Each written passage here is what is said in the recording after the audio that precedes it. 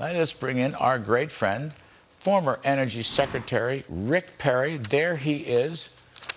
Rick Perry's, you have all kinds of titles. First of all, America First, Policy Institute, Energy. Yeah, no, you're just my guy. How's that, Rick Perry? It's good to see you. I like that. I like that a lot. I know. It's the best part. All right. I like to be Larry Kudlow's guy. All right, friend of Larry. And I'm a friend of Rick Perry. You're awesome. Hey, I got to you said something really interesting that I want to address from my time as being governor of Texas, which was somewhere just north of 14 years.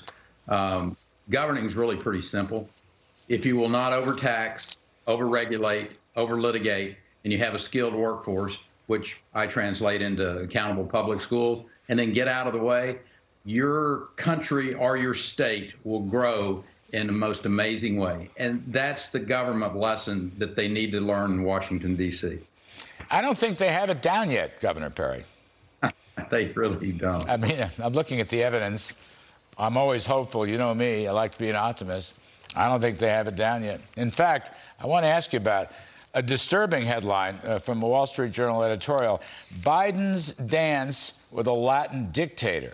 It just seems like here we go again in search of all the oil and gas that they've stopped with their Green New Deal policies. They're going back to Venezuela for, what, 1 million barrels a day to the West's whatever communist, socialist dictator. How's this possible? Honestly, Rick, how is this possible? There's two angles here. The first is that because Venezuela and Russian crude was cut off, that's heavy crude. That's what we make diesel with.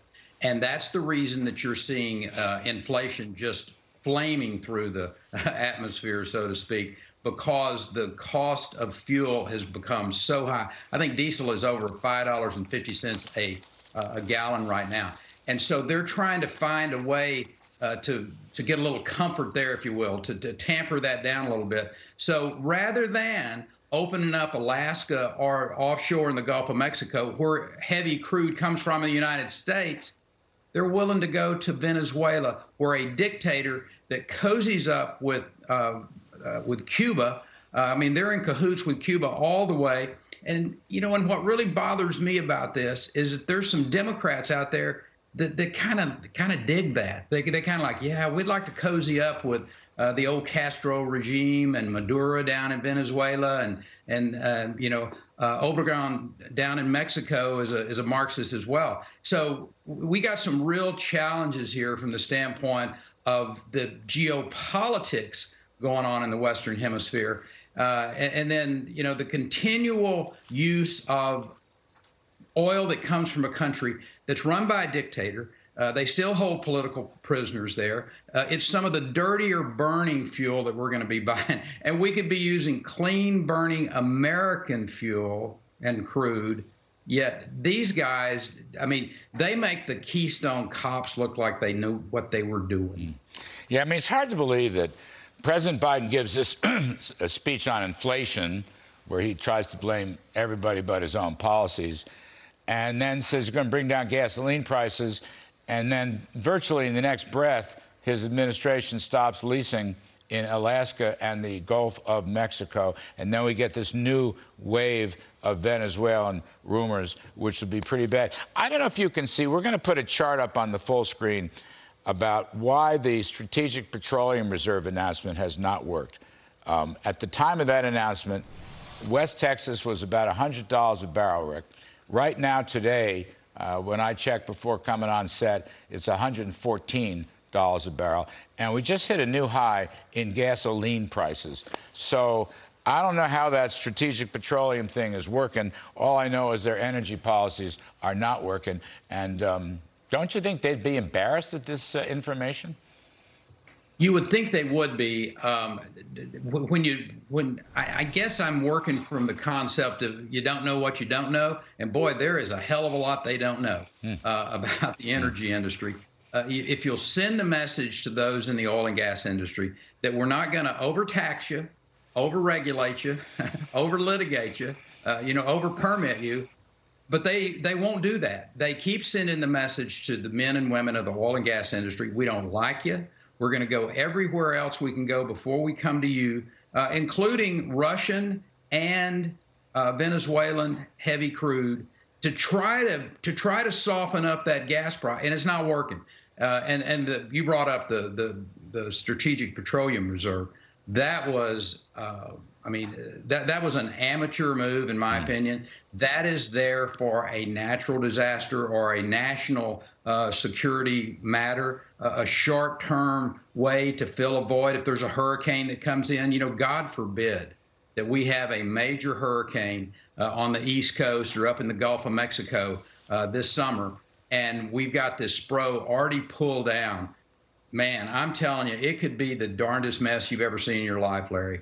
And worse than all the good analysis you've just given us, it hasn't worked.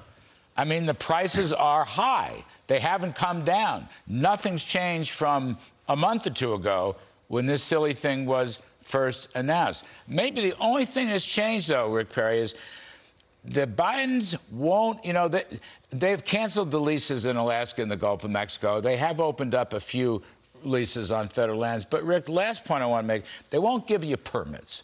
They have all this environmental policy, all this NEPA permitting policy, no permitting for oil and gas and fracking and pipelines. And the odd thing here, too, even the greenies, there's not going to be, if they play by their own rules, there won't be any permitting for the kind of mining of mineral resources for batteries and chargers, or highways, roads, bridges, and tunnels, which Biden, loved and all the rest of it. We may never see another new highway in our lifetime. Well, not with this administration and not with that mentality. And when we look at the SEC and the rule that they're putting in place there, it's crazy. Using the climate to send the message that we're going to shut down the economy in America and we're going to let inflation go to all-time highs. Not acceptable, and the American people in November will send that message. Well, Rick, I think, methinks they speak in totally double-forked tongues. I think the Bidens want higher gasoline prices. They want higher oil prices because they think that makes their renewable crusade, Green New Deal crusade, look better. I think they want it. Methinks they protest too much. Well, I don't disagree with you. The point is, renewables today are about 3% of all of the energy that's created in the world. The idea that we're going to be able to bring people out of poverty around the world with just wind and with just solar is a fairy tale. As a matter of fact, if you go to that net zero in 2050, you can count on there being literally millions of people dying prematurely in the world because they don't have the fossil fuels to help bring them out of poverty. And that is a story that we need to talk about and that we need to fess up to. Former Energy Secretary, former Texas Governor Rick Perry, the best of the best. Thank you, sir. Great to see you, Rick. God bless you, brother.